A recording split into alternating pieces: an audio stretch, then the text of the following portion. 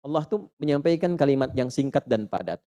Pokok hidupmu itu aku yang tanggung, kata Allah. Apa belum cukup pemberian pokok engkau berkehidupan? Kau bisa hidup itu. Nafasmu, udara yang kita hirup, ketenangan yang dirasakan. Allah tampilkan itu dulu.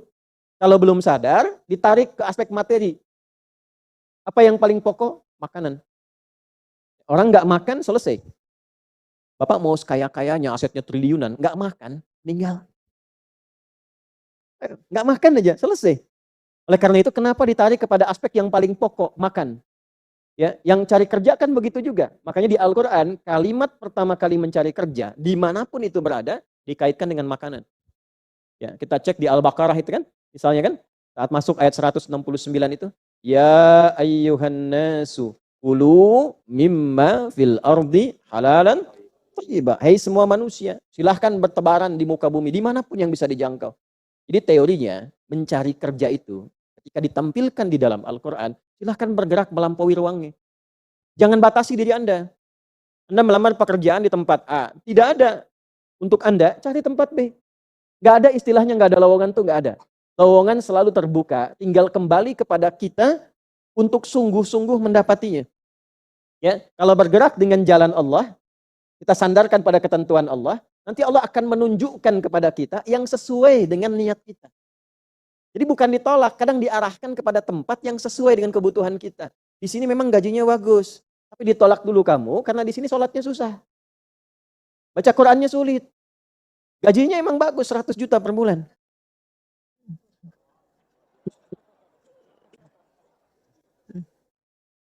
Tapi peluang selingkuhnya ada. Gitu. Ya, peluang maksiatnya banyak. Sholat bisa tertinggal. Diarahkan dulu ke tempat lain, terbuka untuk Anda, 1 juta. Sholatnya enak, baca Qurannya enak. Coba kalau dalam suasana itu pilih mana? Udah, jangan pikirkan ketiga, saya nggak ada. Nggak ada pilihan ketiga. Ini untuk ngetes iman aja. Ya, ada satu pekerjaan, gaji 100 juta sebulan, nggak bisa sholat, peluang maksiat terbuka. Ada gaji 1 juta per bulan, sholat enak, baca Quran enak, kerja nyaman. Pilih mana? Yang 100 juta atau 1 juta? Ya, 1 juta, alhamdulillah. Ya, ibu tuh gitu kalau ibu-ibu. Saya tanya satu kalimat, jawabannya satu buku tuh. Ya, kalau bisa ada yang 100 juta bisa sholat, Pak Ustaz. Jadi gini, ini rumusnya ya. Ini jarang diketahui nih, tapi insya Allah kalau paham ini, insya Allah senang menikmati. Tapi jaga ya, ini rahasia di antara kita aja nih. Ini dalam fikih rizki itu, ada 3 hal yang pokok. 1, rizki itu akan diberikan. Rumusnya ya, akan diberikan saat ikhtiar kita keluar. Apapun jenisnya. Sudah jelas itu. Ya. Itu ada di Quran surah ke-51. Ya, di ayat 22. Wa fis samaa'i rizqukum wa ma tu'adun. Dan di langit telah ditetapkan kadar rezekimu. Dan dijanjikan oleh Allah pasti diberikan. Kapan itu diberikan? Ketika ikhtiar kita keluar. Jadi yang laki-laki, yang ikhwan ini, contoh ini, kita sudah siap saja untuk keluar, baru bawa map melangkah untuk menjemput rezeki Allah, ya, itu sudah ditetapkan keluar. Cuma sampainya kapan kita terima, nanti ada aturan lagi yang mengikat. Ya, sesuai dengan kadar niat nanti. Niatnya apa nih? Apakah mencari rezeki untuk kebutuhan dunia saja? Apakah mencari rezeki untuk mendapatkan ridha Allah? Ya kan? Niatnya bisa berbeda. Nah, berdasarkan niat itu, nanti Allah arahkan untuk mendapatkan yang terbaik. Tapi, berlaku hukum kedua. Ikhtiar Anda itu telah mengeluarkan rezeki dan tidak akan menguranginya. Ya, paham dulu sampai sini dulu ya. Pelan-pelan dulu. Handphonenya turun dulu supaya fokusnya nyimaknya maksimal ya. Supaya maksimal nyimaknya. Tenang. Ini direkamnya bisa diulang nanti kalau supaya maksimal ngelihatnya. Jadi ini yang pertama dulu. Rezeki sudah ditetapkan, pasti diberikan. Cara Allah memberikan, kita bergerak, itu rezeki ditetapkan turun. Jelas? Nah, diterimanya oleh kita, Nanti kembali berdasarkan ikhtiar kita dan niat kita untuk mendapatinya. Innamal a'malu itu dalil hadisnya. Jelas ya? Sampai sini dulu. Yang kedua, rizki tidak akan tertukar dan berkurang. Karena kadarnya sudah pas. Ya, tepat, pas. Tidak ada yang berkurang. Dan tidak akan tertukar. Kalau Anda yang berikhtiar, tidak mungkin datangnya ke teman Anda. Mustahil. Kalau kita yang berikhtiar, tidak mungkin kepada saingan kita. Itu mustahil. Ya, kan ada persaingan dalam bisnis kadang-kadang kan? Kalau Anda yang ikhtiar, tidak mungkin ikhtiar Anda hasilnya diberikan kepada lawan bisnis Anda. Itu mustahil. Pasti jatuhnya ke Anda juga. Tidak akan ke yang lain. Kecuali dalam satu bab. Bab rumah tangga. Ya, usaha ayah kadang diberikan rizkinya mengalir kepada anak, atau usaha anak akan mengalir kemudian dampaknya kepada orang tuanya. Itu sudah rumus. Ya, awas hati-hati. Jadi kalau Anda ingin mudah berkehidupan ke depan, didik anak dekat dengan Allah. Ketika anak itu jadi baik, keberkahan pada anak itu akan menular kepada kedua orang tuanya. Ya, Bapak Ibu pengen haji, nabung banyak, belum berangkat-berangkat, sudah antrian panjang.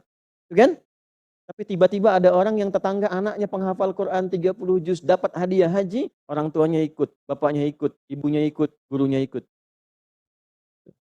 Ya, jadi nanti ada 2 ayat di dalam Al-Quran yang menjamin usaha orang tua mengalir ke anak, usaha anak mengalir kepada kedua orang tua. Babnya keluarkan kalau ingin mudah. Nah yang ketiga, nanti saya urutkan di papan tulis supaya memudahkan itu. Yang ketiga, ini yang paling penting untuk disadari, urut dulu ya. 1, rizki telah ditetapkan untuk diberikan. Sepanjang kita mau berikhtiar untuk menjemputnya. 2, rizki tidak akan berkurang dan tidak akan tertukar. Baik ya? Jelas sampai sini? Nah, ketiga, ini yang paling penting. Fokus ini dengan baik. Rizki akan ditentukan keberkahannya berdasarkan nilai keimanan seorang hamba. Catat ya, rizki akan ditentukan kadar keberkahannya. Saya bicara berkah dulu tuh. Berdasarkan kadar keimanan seorang hamba. Yang ketiga ini kaidah khusus yang membedakan antara beriman dengan belum beriman. Sebab kita bisa bertanya kepada Allah, ya Allah, saya sudah beriman. Ada hambamu belum beriman. Apa yang membedakan iman saya dengan hambamu yang belum beriman terkait dengan persoalan rizki? Maka turun nanti ada ayat tentang rizki yang dikaitkan dengan iman. Sekarang kita praktekkan pelan-pelan. Ada rizki. Ada yang namanya rizki? Ada ya? Nah ini ya. Ini bab tentang Anda nih. 1, pasti diberikan sesuai kadar ikhtiar. Loh. Ya? 2, sifatnya tidak tertukar. Ya. Putri boleh tertukar. Ada menteri yang tertukar, tapi tidak ada rezeki yang tertukar ya. Tidak tertukar sesuai dengan niat. Rizki nggak butuh alamat ya Pak. Begitu dapat langsung diberikan. Karena malaikat tuh kalau sudah turunkan nggak mungkin salah alamat tuh. Udah tercatat semua itu. Ya. 3, kadar iman menentukan keberkahan satu rizki. Keberkahan rizki. Ini 3 ini. Ya. Ya, pelan-pelan. Ya, cara memahaminya bagaimana? Kalau ada yang bergerak, itu pasti rezeki diperintahkan ya untuk diturunkan. Tapi sekali lagi tadi, apakah itu akan langsung diterima atau nanti diakumulasikan, dikumpulkan? Yang dengan pengumpulan itu di titik tertentu Allah berikan. Jadi kalau Anda misalnya belum dapat hari ini, belum dapat hari besok, sepekan nyari nggak dapat. Tiba-tiba bulan yang ketiga dapat. Dan gajinya begitu besar tawarannya. Bahkan belum mulai udah dikasih ya pesangon misalnya untuk uang muka banyak sekali. Nah, cara memahaminya bagaimana? Bukan berarti ketika Anda dapat di situ besar. Itu akumulasi kumpulan yang telah dikumpulkan dari ikhtiar Anda sejak awal. Paham nggak sampai sini?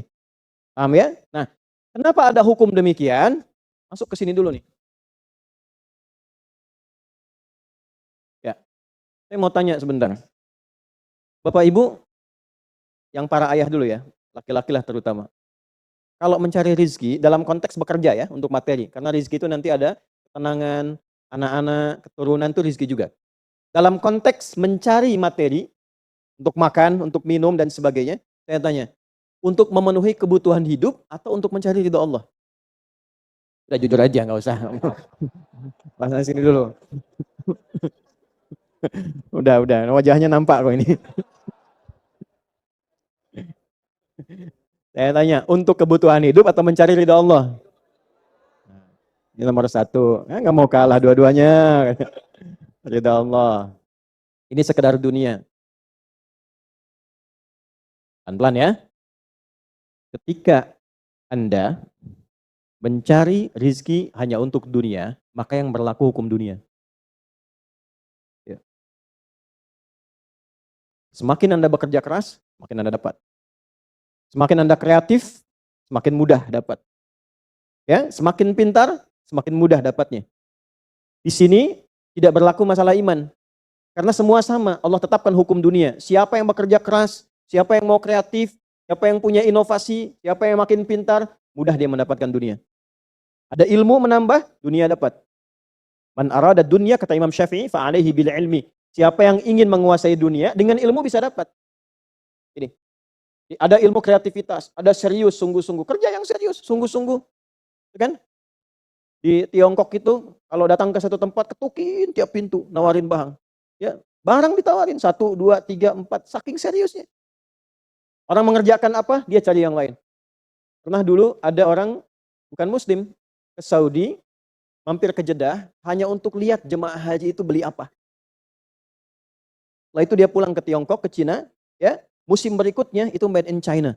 Semua buatan Cina tuh, yang tasbih Cina, yang sajadah Cina, dan harganya jauh di atas harga-harga standar. Gitu tuh.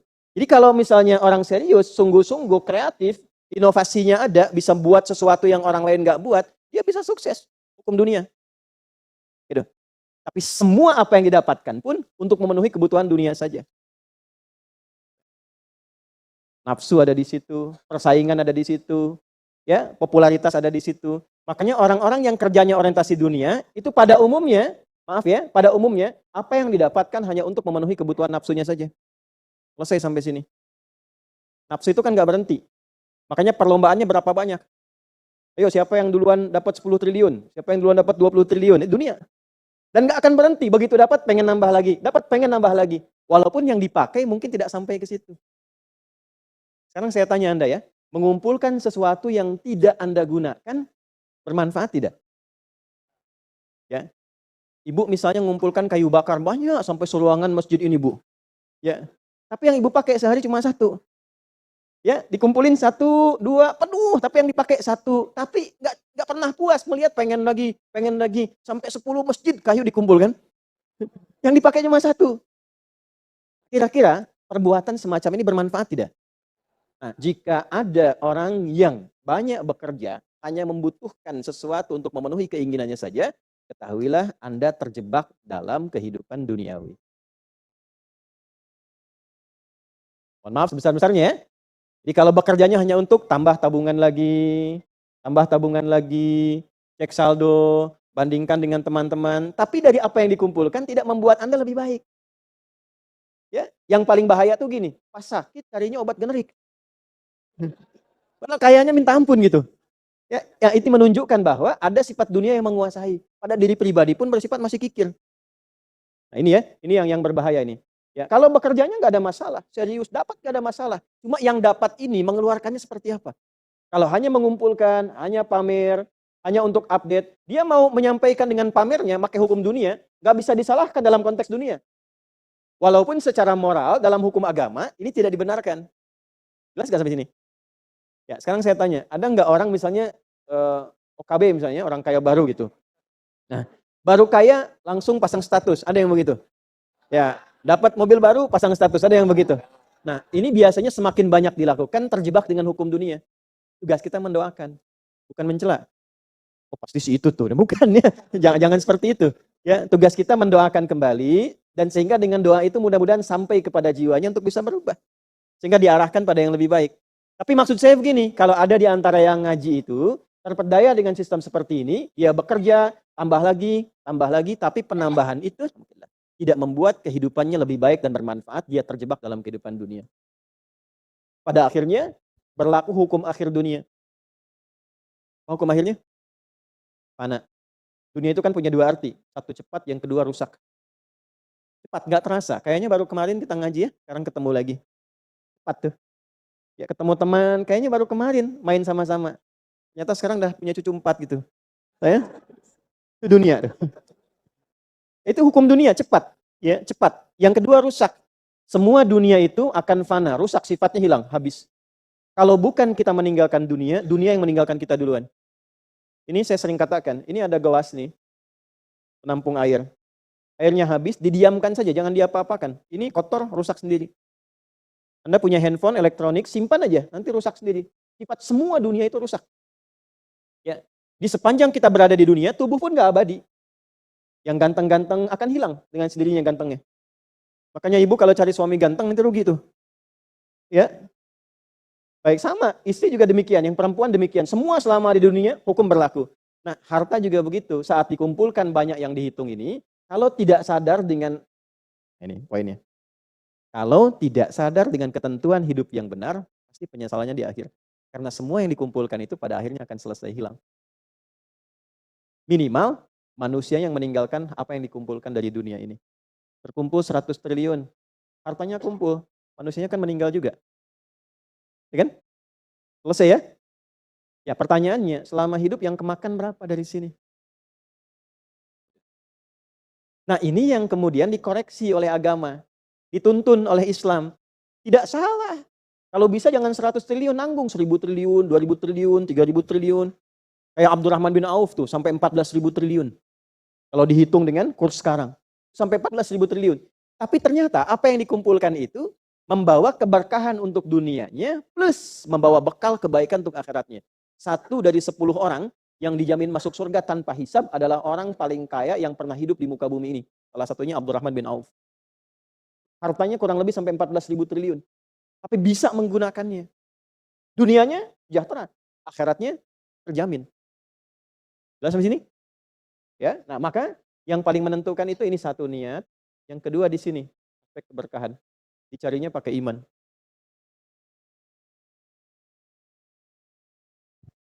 Maka niatkan yang pertama, upayakan setiap pencarian itu gunakan fungsi imannya untuk mencari ridha Allah.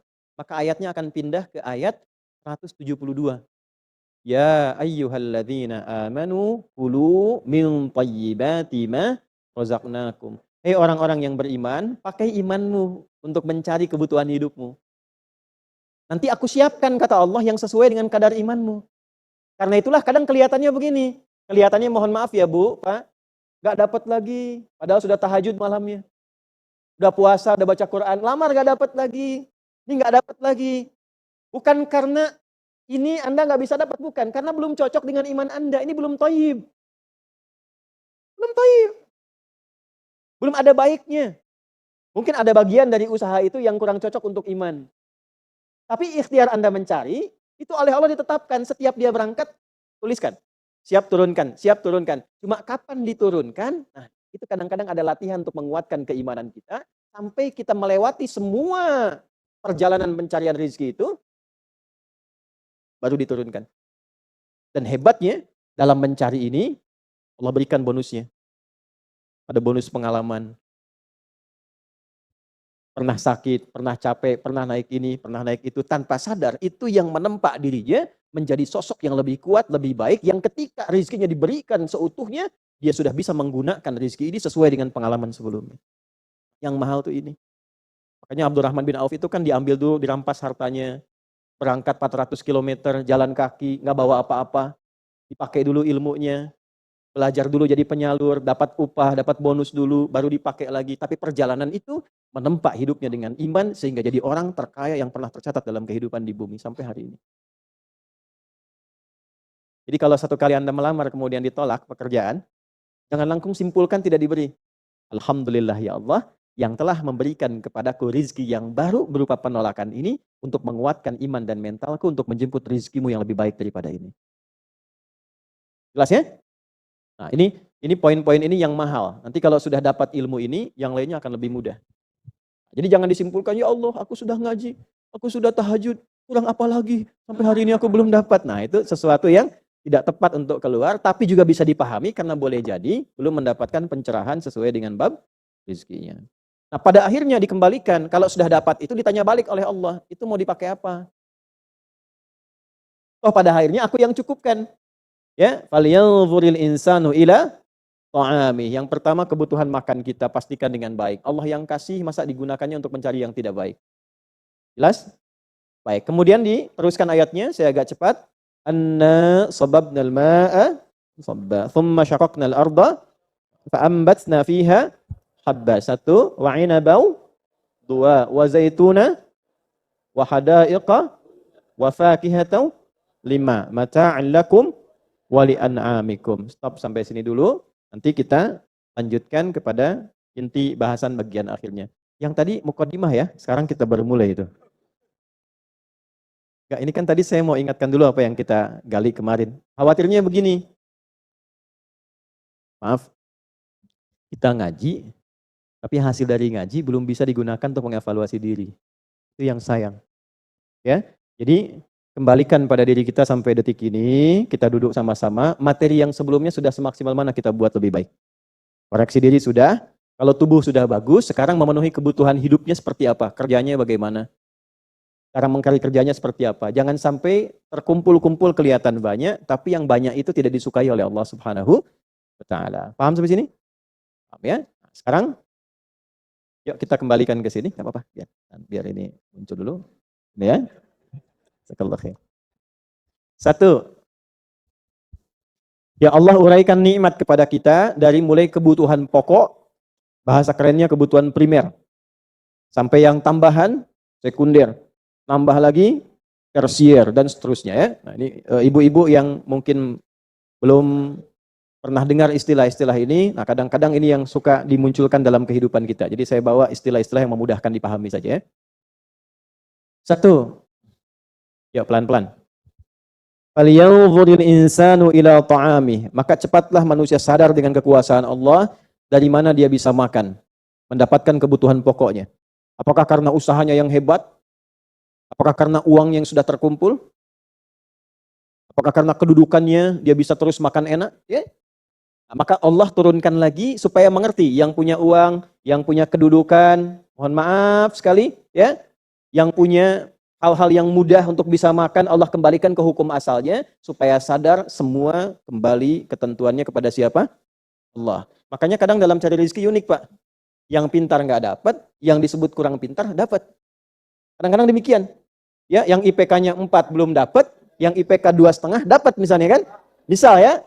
Nah, kalau dipikir menggunakan logika, nggak nyambung. Tapi kalau dilihat pakai iman, ketemu. Untuk menunjukkan kepada kita bahwa rizki itu bukan milik orang pintar atau bodoh. Rizki itu bukan milik orang yang hebat atau bukan. Rizki itu kembali kepada Allah. Itu poinnya. Anna sababnal ma'a sabba. Allah berikan gambaran yang pertama, itu Anda yang makan. Kalau sistemnya yang saya atur rapi itu, saya kunci sedikit aja, sulit Anda makan. 1. Air yang mengalir, yang tercurah dari langit, yang mengalir kemudian di daratan, yang dengan air itu masakan bisa dimakan, berbagai macam bisa dinikmati. Kata Allah, itu adalah kuasaku. Siapa yang mengatur air? Kan PDAM. PDAM itu mengolah air ketika airnya sudah ada. Yang menghadirkan airnya siapa? Nah kata Allah, kalau saya kunci itu air sedikit saja, bagaimana kamu merasakan kebutuhan hidupmu? Itu dulu 1 ya. Untuk menyadarkan kembali. Makanya menggunakan na di situ, bukan tu. Allah bisa mengatakan misalnya, ana tidak pakai tasdid. Sobabtul ma'a sobba. Tapi ketika menggunakan na, di sini ada ta'zimun nafsi dalam ilmu nahwu. Ya. Nah, singkatan dari nahnu. Ta'zimun nafsi li ta'zimi sya'ni. Allah membawa keagungan dirinya untuk menunjukkan satu hal yang sangat istimewa dan agung. Jadi makan itu, kemudian fungsi air itu sangat istimewa bagi manusia. Penting. Saking pentingnya ditampilkan keagungan Allah di dalamnya. Anna, sungguh dengan keagunganku, akulah yang mengatur curahan air itu, sampai dengan curahan itu engkau bisa mendapatkan kebutuhan pokok hidup. Kalau aku kunci sedikit saja, kemarin saya dari Harau, ya, kabupaten 50 kota itu. Itu satu-satunya di Indonesia yang kabupatennya 50 kota itu. Sampai di lokasi, kemudian disampaikan oleh wali nagarinya, bahwa ini Ustadz kering. Anda bayangkan ya, bayang tidak? Belum saya sampaikan. Jadi itu alamnya indah sekali, air terjun tuh di mana-mana. Kita baru masuk sudah air terjun. Terus tempatnya itu di belakang air terjun 7 lapis. Indahnya luar biasa. Tapi ternyata airnya ditahan oleh Allah sebentar. 4 bulan lah kurang lebih. Pak Ibu, mohon maaf ya, kering. Sungai kering, ini kering, semua kering. Tanaman juga mulai layu sedikit-sedikit. Baru kemudian merasa, Ustadz belum pernah terjadi selama ini. Mohon doakan, mohon kita berdoa. Supaya mudah-mudahan ini airnya muncul lagi, tanaman hidup lagi dan sebagainya. Anda bayangkan, satu bagian Allah kunci sedikit aja. Kadang-kadang penguncian itu untuk mengingatkan kembali, ingat tidak dengan Allah. Bawa ke praktek hidup. Maaf, Anda dagang nih. Modal 5 juta, dapat hasil 10 juta. Untung berapa? 5 juta. Dapat hasil lagi bulan depan 15 juta, untung berapa? 10. Hasil lagi bulan depannya lagi 20 juta, untung berapa? 15 juta. 15 juta untung ya. Bulan depannya lagi dapat 7 juta. Pertanyaan saya, rugi atau untung? Tapi kadang masih disebut rugi. Rugi nih. Biasanya 20 juta, cuma 7 juta. Pernah nggak? Pernah nggak mengalami begitu? Ya, pertanyaannya bukan itu sebetulnya. Saat itu turun omsetnya, ingat Allah tidak?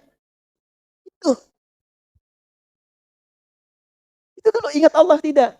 Sama dengan di luar, air dikunci sedikit supaya ingat Allah, minta lagi. Baru istisqa, baru sholat dan sebagainya. Anda kerja dikunci dikit aja dulu, ingat Allah enggak?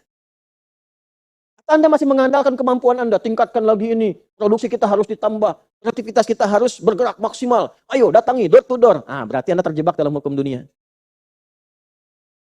Ayo yang didapatkan yang 20 juta. Haknya sudah ditunaikan belum? Sedekahnya sudah belum? Berbaginya sudah belum? Jangan-jangan ada fakir miskin yang teriak haknya belum dapat. Jangan-jangan ada saudara yang belum mendapatkannya. Jangan-jangan ada anak yang disekolahkan di tempat yang tidak kenal Allah. Supaya dikoreksi lagi. Orang cuma dapat 1 juta sebulan, anaknya bisa hafal Quran. Sekolahnya kenal Allah. Anda sepeda ada, motor ada, mobil ada, rumah luas, harta ratusan juta. Anak pakaian aurat kebuka. Kenal Allah tidak. Ngaji aja belum bisa. Terus berapa lagi harta yang Anda butuhkan untuk ditambah? Dikunci sama Allah sedikit supaya ingat. Dengan dikunci masih belum ingat juga. Dengan cara apa lagi diberikannya? Terus sampai habis. Baru setelah habis datang pengajian. Ini kadang-kadang nih, biasanya bertahap, gak akan langsung tuh. Ya, tapi kalau angkuh, langsung.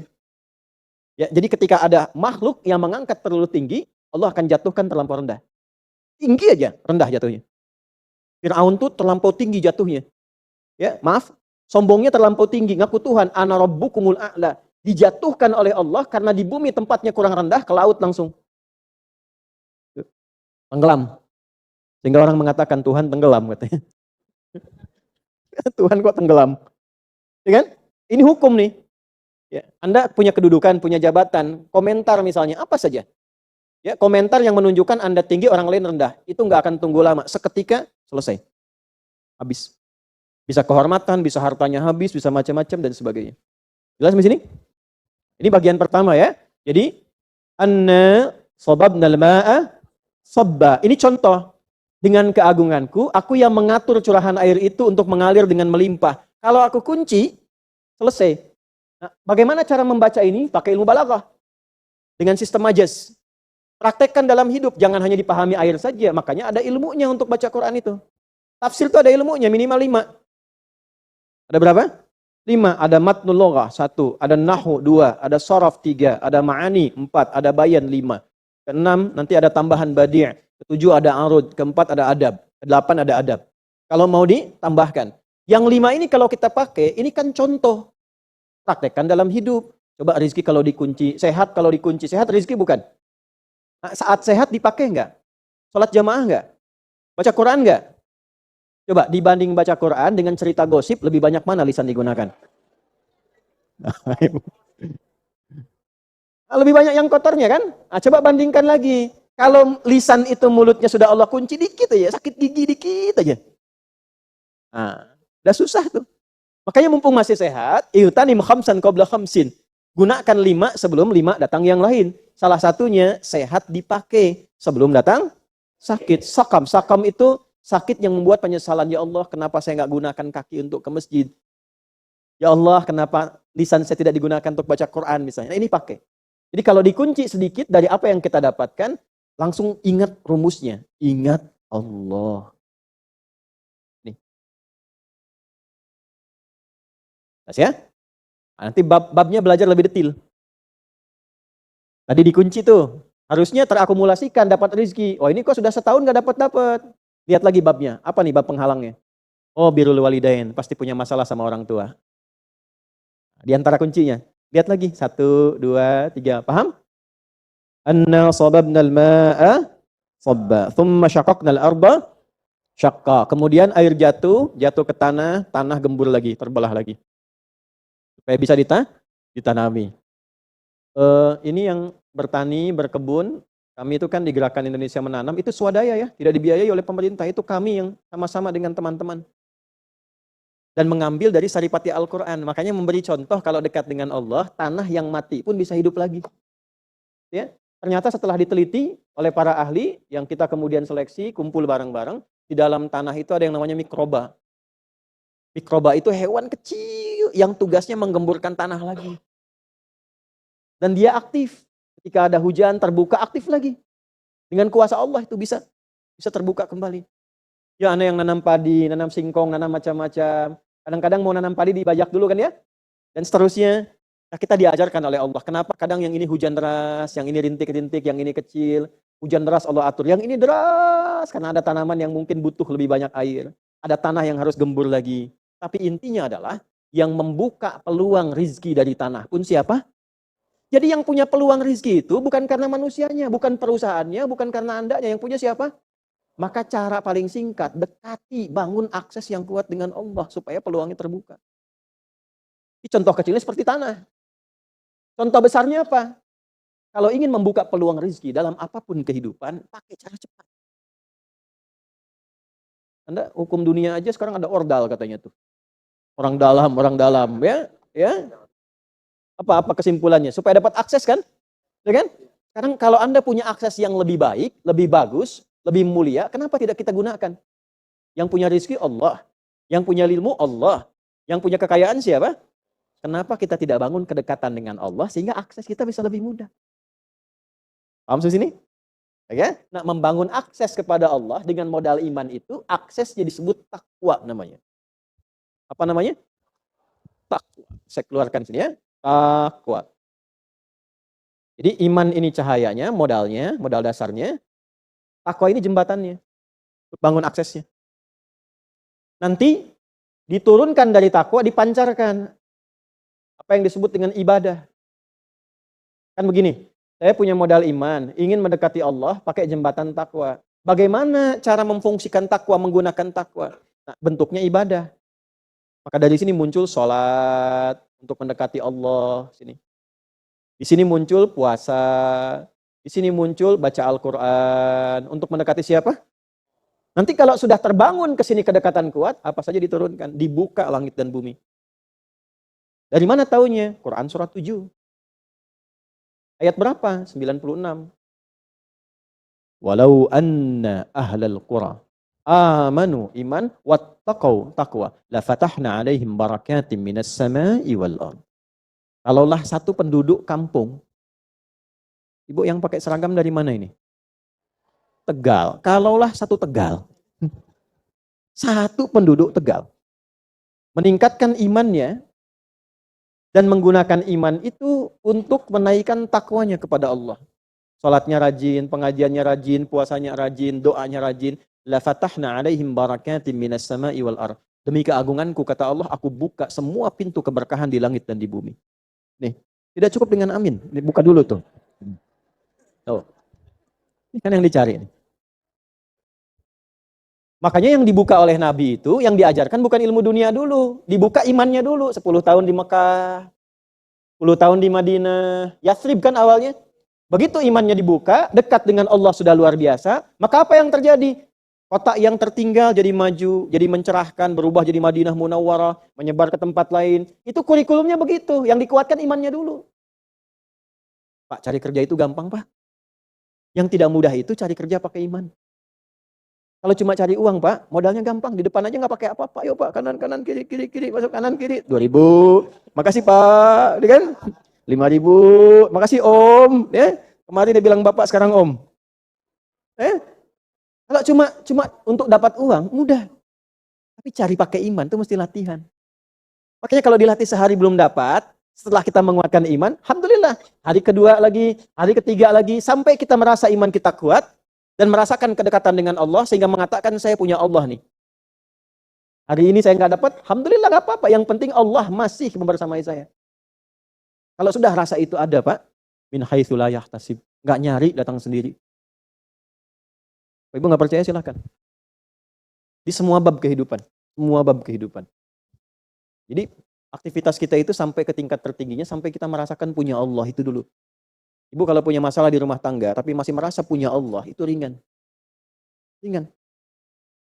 Insya Allah, pasti Allah berikan solusi, pasti berakhir. Ya. Fa'ambatna fiha habba.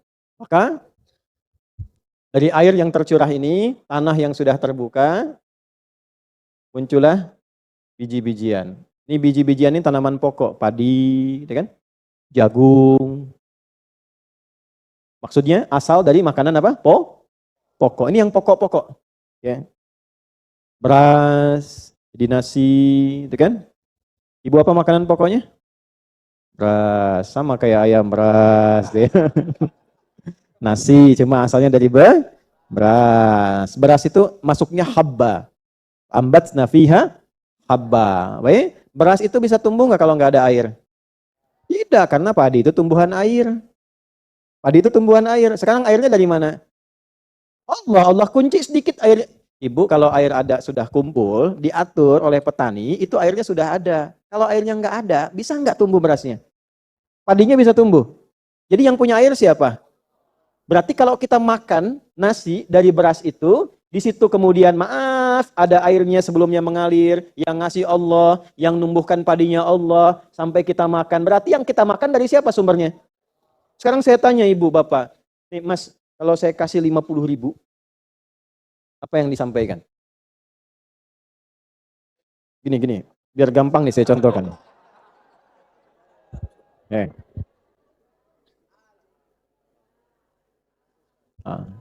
Sebentar. Makasih Ustadz. Itu kan? Paling kita jawab sama-sama kan? Tapi karena ini contoh, saya ambil lagi. Yang contoh.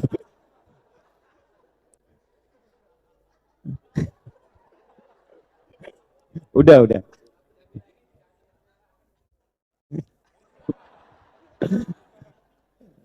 Gini, dengan manusia saja yang sekali berbuat baik, kita bisa berterima kasih.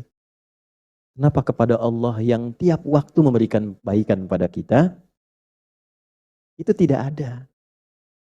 Sedikit munculnya. Alhamdulillah Allah tuh maha menerima walaupun sedikit. Makanya disebut syakur, yang maha menerima walaupun sedikit. Nah, kembalikan lagi, kamu bisa makan itu sumbernya dariku. Kalau nggak ada itu, nggak makan kamu. Sekarang dalam kehidupan dunia, kita berterima kasih. Mengapa saat Allah berikan itu, rasa terima kasih kita tidak muncul? Nah, cara berterima kasih kepada Allah berbeda dengan makhluk. Karena Allah bukan makhluk.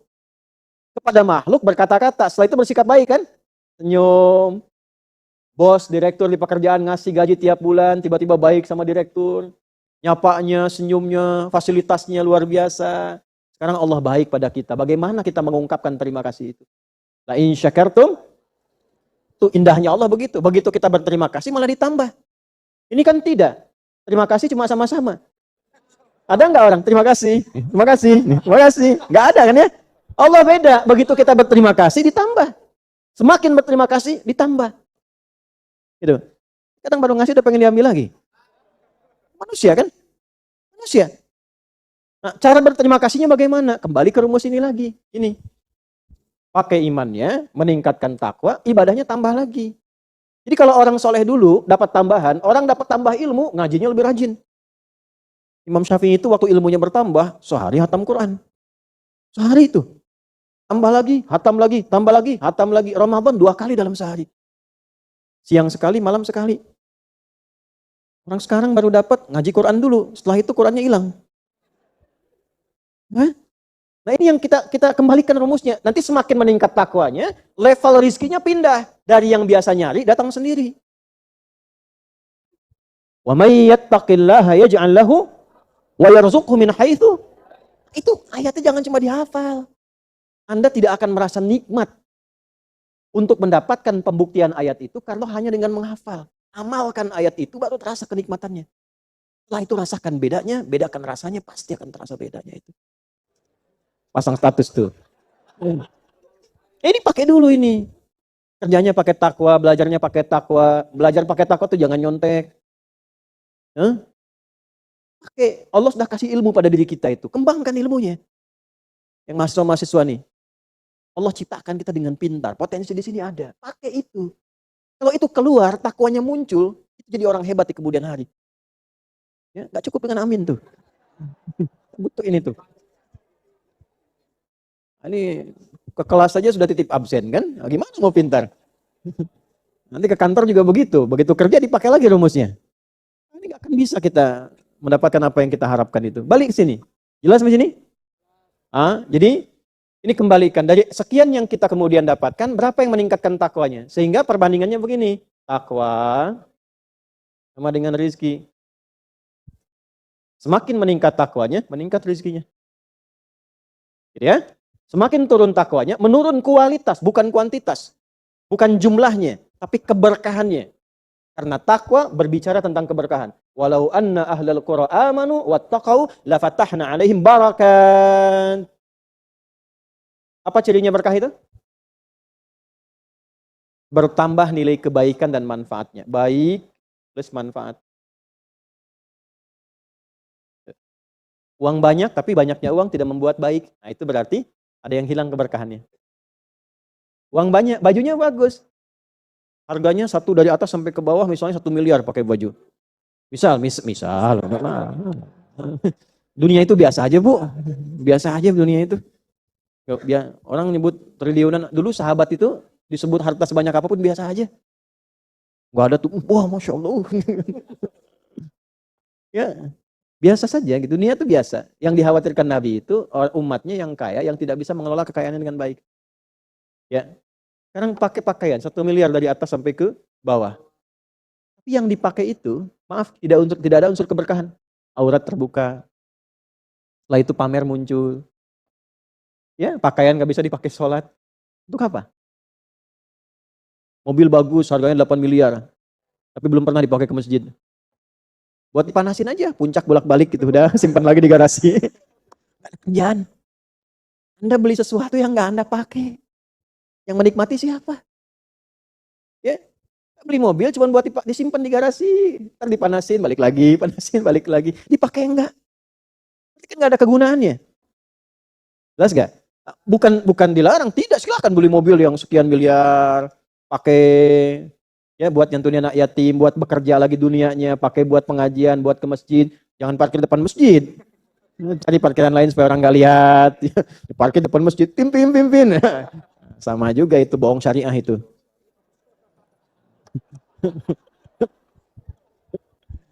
Menggunakan syariat untuk bohong. Itu maksudnya, jangan dipotong nih. Nah ini ya, jadi setiap kita, akhirnya apa? Setiap makan ingat Allah, itu puncaknya. Setiap makan ingat siapa? Ada kiai kita, itu orang soleh sekali. Tapi saya nggak akan sebutkan namanya. Itu setiap kali Mau makan. Beliau menggunakan pakaian yang bagus. Minimal pakaian yang rapih menutup auratnya. Minimal. Setiap mau makan.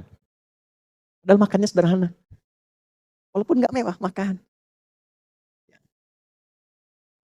Muridnya tanya, guru, saya amati kenapa setiap mau makan penampilan Anda itu begitu rapi, baik, bagus. Apa jawab beliau? Saya malu kalau menggunakan pakaian yang kurang bagus untuk mendapatkan rizki dari Allah. Karena ketika saya makan ini seakan saya mendapatkan hadiah dari Allah. Jadi malu disaksikan Allah menerima hadiah menggunakan pakaian yang tak layak. Makanannya biasa, tapi beliau menggunakan pakaian yang baik. Jadi menerima makanan itu saat mau makan, merasakan ini Allah sedang ngasih nih, sedang diperhatikan Allah. Saya malu dilihat Allah, mendapat hadiah dari Allah, dilihat Allah menggunakan pakaian yang tidak Allah sukai. Ya. Bukan dilarang pakai kaos, nggak apa-apa. Ya, cuma sampai sedalam itu gitu, rasanya itu. Nah, punya nggak rasa sampai ke situ tuh? Coba berlatih tuh. Jadi ketika menerima sesuatu itu yang terasa itu nikmatan punya Allah. Kalau sudah sampai situ itu terima kasih semua tuh. Nggak ada mengeluhkan masalah nikmat tuh nggak ada. Alhamdulillah ya Allah, terima kasih. Dan makanan sedikit, alhamdulillah ya Allah, terima kasih. Saya masih punya Allah. Yang mahal tuh itu. Ini udah dapat banyak, belum ingat. Menu udah banyak, Masya Allah, masih belum ingat. Butuh berapa lagi? Makanya Nabi kan ngajarkannya sederhana. Idza quddimat ta'amu, jika makanan sudah dihidangkan, khudh biyaminika ma yalik, ambil dengan tangan kananmu yang paling dekat denganmu. Tsumma sammillah, au qala bismillah, au qul bismillahirrahmanirrahim. Lalu bacakan nama Allah, bismillahirrahman. Semua yang baca bismillah ketika makan dan minum, pertanyaannya, apakah saat makan minum ingat Allah? Nah, nanti level ingatnya ada dua. Ada dua. Pelan-pelan ya. Level ingat secara fikih sehingga tidak menyentuh makanan kecuali yang dikehendaki Allah. Dan kalimat bismillah itu kalimat sakral. Ada nilai di dalamnya, nilai keagungan. Makanya nggak ada orang bismillah minum yang haram. Minum bir bismillahirrahmanirrahim misalnya. Nggak ada. Dan ketika orang bercanda menggunakan itu dikecam sama semesta. Semua akan marah. Disebut penistaan. Karena kalimat mewah, kalimat istimewa. Karena itu Anda makan, minum, berpakaian, menggunakan apapun dengan asma Allah, pasti memastikan membeli, menggunakan, memakan, meminum, memakai hal yang Allah sukai. Level 1 itu. Level 2-nya yang tertinggi, bismillahirrahmanirrahim itu menghadirkan syukur pada diri kita. Terima kasih ya Allah, masih bisa minum. Terima kasih ya Allah, masih bisa makan. Terima kasih ya Allah, masih diberikan hadiah pakaian. Itu kalau sudah begitu, levelnya ditambah lagi sama Allah. Tapi nambahnya sesuai dengan kebutuhan imannya. Kalau imannya sudah bisa menggunakan harta, tambah lagi banyak. Jadi unlimited tuh. Unlimited, kalau sudah punya Allah tuh nggak terhitung. Kalau manusia masih terhitung. Orang paling kaya sekarang berapa hartanya? 5.000 triliun. 5.000 ya? Siapa namanya? Elon Musk. 5.000 triliun. Masih sedikit. Karena masih terhitung. Yang hebat itu yang tak terhitung. Makanya kalau punya Allah, nggak akan terhitung. Apa saya dibutuhkan gampang. Jelas? Kita berlatih tuh. Nah, biasakan dari makanan dulu, yang kecil-kecil, bersyukur, alhamdulillah, terima kasih. Makanya minum dengan basmalah ditutup dengan hamdalah. Ya, Ibu kenal Nabi Ibrahim, Bu? Ah, ya, Bu. Berapa usia Ibu ini ya? Ibu kenal Nabi Ibrahim. Alhamdulillah, memang kalau udah agak siang agak beda situasi. Nabi Ibrahim apa gelar beliau itu? Angkat tangan. Mana? Hah? Khalilullah. Khalilur Rahman. Ya, dua-duanya betul. Khalil. Enggak dapat hadiah, cuma tanya aja. Alhamdulillah. Bagus. Nah, ini pertanyaannya, kapan beliau mendapatkan gelar itu? Angkat tangan yang bisa. Ya, ini bukan cerdas cermat nih. Tanya dulu, kapan beliau dapat gelar itu? 1 juta. 2 juta. 5 juta kurang 50.000. Dah waktu habis. Beliau dapat gelar itu karena perkara sederhana. Makan, minum, bismillah, selesai alhamdulillah. Turunlah kemudian wattakhadallahu Ibrahim khalila. langsung jadi kekasih Allah. Mau minum, bismillah. Selesai, alhamdulillah. Jadi ketika semua pekerjaan dilakukan karena ingat pada Allah dan syukur kepada Allah atas ingatnya itu langsung Allah tetapkan kekasih Allah. Jadi kekasih Allah, jadi Khalilullah, Khalil Rahman, karena perkara yang sederhana. Tapi dari kesederhanaan itu muncul keistimewaan yang sangat luar biasa. Ya, jelas? Ya, maaf ya. Ini rahasia kedua ya. Cari amalan sederhana yang biasa, tapi yang orang belum banyak kerjakan dan niatkan karena Allah. Itu wasilahnya luar biasa. Maaf ibu, ada perempuan kurang baik. Perempuan malam. Keluar siang juga. Di masa itu. Jadi ini perempuan seharian lah. Ya, siang keluar, malam keluar, sore keluar. Masa itu dulu. Bu, waktu jalan kecapean, lihat ada, maaf ya, ada anjing kehausan. Gak pakai, oh haus. Ibu tahu ceritanya? Ya udah. Udah gak tahu.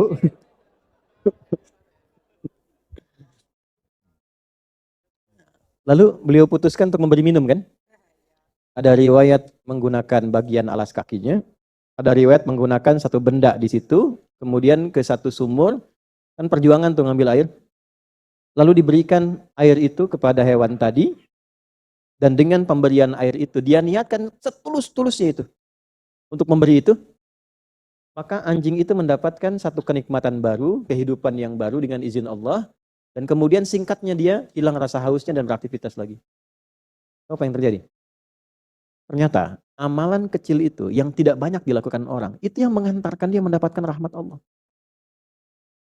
Ada satu keterangan menyebutkan dengan amalan itu, Allah berkehendak menghapuskan kekurangan dia, dosa-dosa dia, bertobat dengan itu. Ada yang merinci, dia melihat anjing ini yang dihinakan manusia saja, yang terhina, yang disebut najis, yang segala rupa, ternyata ketika mendapatkan air dia bisa hidup lagi dengan kehidupan yang baru. Kenapa saya yang bukan hewan, walaupun berbuat yang kotor, yang salah di masa lalu, tidak berusaha mendapatkan kebaikan baru. Jadi dari air yang dia berikan, dia mendapatkan hidayah dari situ, berubah kemudian jadi orang baik, yang dengan kebaikan itulah rahmat Allah diturunkan kepadanya.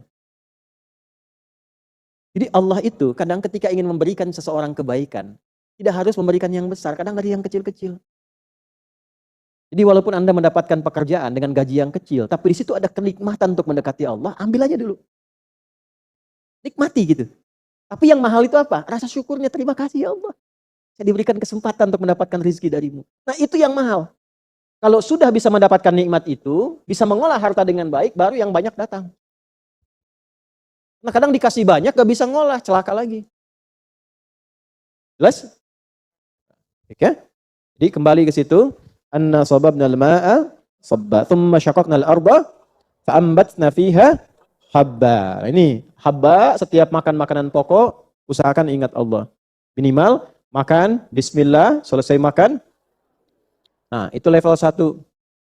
Level 2-nya, yang dibaca itu rasakan ada rasa di dalam jiwa. Sampai merasakan kenikmatan, beralhamdulillah itu merasakan nikmat betul, punya Tuhan Allah. Kalau sudah seperti itu, semua makanan nikmat. Makan pakai garam aja nikmat, pakai ayam lebih nikmat, dan seterusnya ya. Ya telat ya.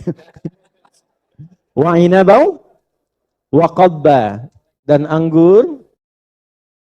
Qadba, apa itu qadba? Coba cari siapa yang tahu artinya qadba. Itu terjemahan ya, sayuran ya. Sayuran itu diterjemahkan sayuran. Gini, qadba itu asalnya tanaman merambat. Ya, tanaman merambat. Dulu di masa-masa kehidupan Nabi, itu ada orang membawa tanaman ini untuk pakan hewan. Pakan hewan. Ya. Nah, bagusnya pakan hewan ini, tanaman qadba ini, kalau dimakan oleh hewan-hewan ternak, ya sapi misalnya, kerbau misalnya, itu pertumbuhannya bagus, bikin gemuk, dagingnya enak. Kalau dimakan oleh hewan tunggangan, kuda dan semisalnya, itu kuda-kudanya bagus. Ya, ada yang menyebutkan asalnya dari Persia, dibawa ke wilayah Arab, kemudian berkembang di situ. Nah, ini yang diteruskan, dibawa oleh Barat, dikembangkan, Tariq bin Ziyad bawa sampai ke Andalusia, dikembangkan di Iberia, sekarang Spanyol, ada wilayah Portugal, Ya, dibawa lagi kemudian ke tempat-tempat lain. Makanya ada yang menyebut kuda-kuda Spanyol itu bagus-bagus dan sebagainya, dikembangkan. Sekarang Amerika yang kembangkan pohon ini, tumbuhan ini. Ya, ini bahasa Latinnya ada yang menyebut dengan alfalfa namanya. Alfalfa sekarang. Kalau Anda klik alfalfa itu ada semacam tumbuhan rambat. Itu khotbah. Ya, tapi ada yang mengartikan sayur mayur. Gini, kalau ibu, bapak makan tanpa sayur, makan beras aja, nasi aja, hidup nggak? Hidup. Tapi kalau pakai sayur lebih enak nggak? Nah, berarti tambahan kan? Yang tambahan pun berasal dari siapa? Allah. Jadi kalau kita ditambah pun Allah yang kasih juga. Pakaian itu kan pokoknya menutup aurat. Jadi kalau pakaian bagus lagi, lebih mahal, itu bonus. Tapi yang kasih siapa? Allah juga. Yang punya pakaian sederhana bisa ngaji, sholat berjamaah, zikirnya lirih, bangun bisa tahajud. Anda yang dikasih lebih. Yang lebih daripada itu, yang lebih mewah, lebih mahal, bangun malam nggak bisa. Sholat 5 waktu terlambat. Malu nggak tuh? Mau ditambah berapa lagi? Kedudukan masih biasa, udah bisa luar biasa. Mohon maaf nih teman-teman nih, ya di TNI misalnya yang di Polri dan sebagainya, ya. Prajuritnya udah bisa sholat, sunnah, tahajud dan sebagainya. Yang bintang udah tambah kedudukan tinggi. Bintang itu kan ketuhanan yang Maha Esa tuh. Semakin banyak dekat dengan Allah. Evaluasi. Yang punya harta, yang punya ilmu. Maka yang paling celaka, jamaah datang, ustadznya ngajar. Jamaahnya mencari akhirat, ustadznya cari dunia. Itu paling celaka. Celaka itu. Jamaahnya ingat Allah, ustadznya ingat dunia. Itu yang bahaya. Makanya ustadz juga doakan. Gak mudah jadi ustadz itu. Ya. Punya ilmu tidak disampaikan, salah. Disampaikan tidak dikerjakan, salah. Dan berlaku seumur hidup, tidak bisa pensiun. Belum dengar ada ustadz pensiun.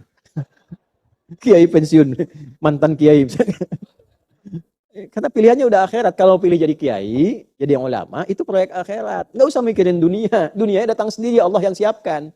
Kalau masih cari dunia, berarti belum ustadz betulan. Belum kiai betulan. Ya. Pilihan jadi kiai itu pilihan akhirat. Apalagi warasatul anbiya itu pilihan akhirat.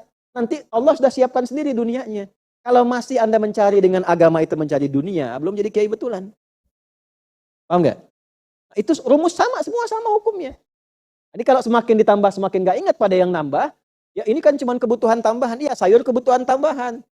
Tapi dengan tambahan itu nikmat kehidupan. Kenal nggak sama yang nambah? Bawa, jangan cuma sayur, bawa dalam kehidupan kita.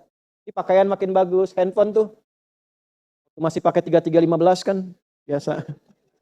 Sekarang sudah layar begini, ya. Coba berapa di status yang ingat pada Allah? Waktu update status tuh berapa hadis yang diupdate? Ayat yang diupdate. Jangan-jangan yang diupdate cuma makanan, minuman, barang-barang dan sebagainya. Imannya diupdate nggak?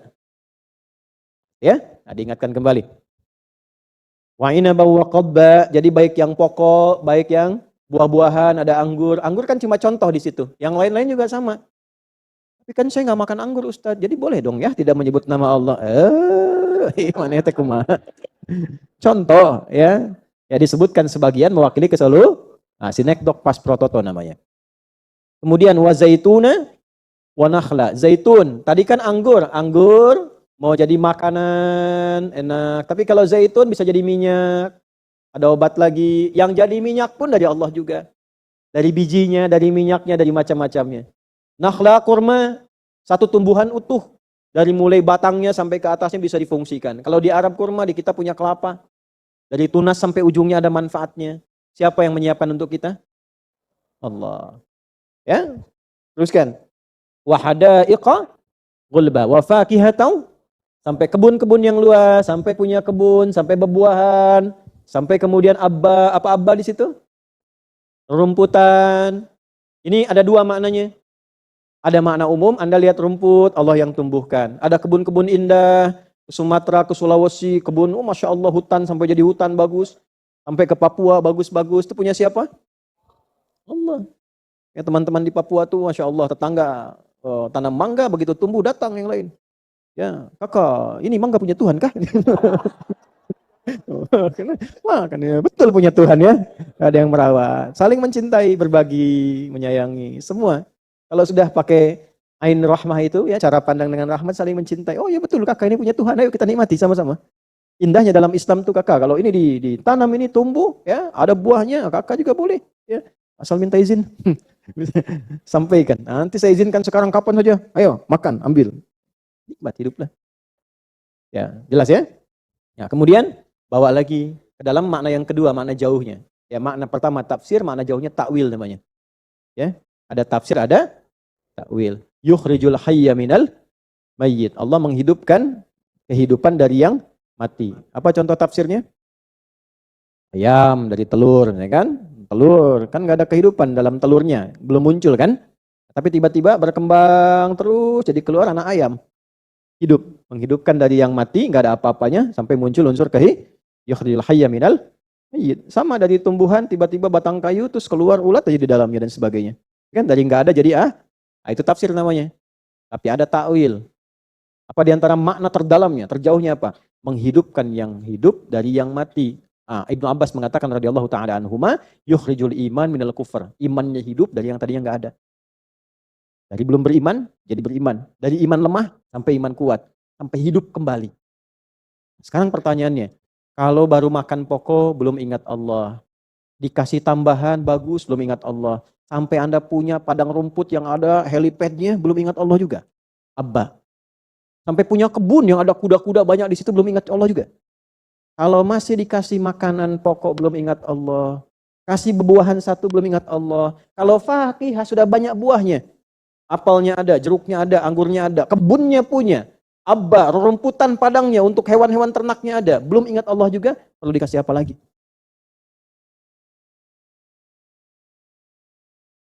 Mata'an lakum wali. Padahal Allah sudah hadirkan mata'an supaya kamu nikmat hidupnya, lakum buat kalian, wali an'amikum, dan hewan-hewan ternakmu. Masya Allah, ada yang piala hewan banyak, sapi dijualnya pas Idul Adha lagi. Tapi nggak ingat Allah. Gimana? Ditumbuhkan, beli, sapinya dikorbankan, ya kan? Dirawat-rawat, dijualnya Idul Adha, orang Allahu Akbar, dia dapat uang, tapi nggak mengingatkan dengan Allah. Gimana? Jadi semua perangkat kehidupan kita, sejatinya gimana caranya naik mobil ingat Allah. Pakai sendal ingat Allah. Kalau sudah seperti itu, fadhkuruni adzkurkum. Setiap kita ingat Allah, langsung direspon oleh Allah. Dijaga kita dalam kehidupan.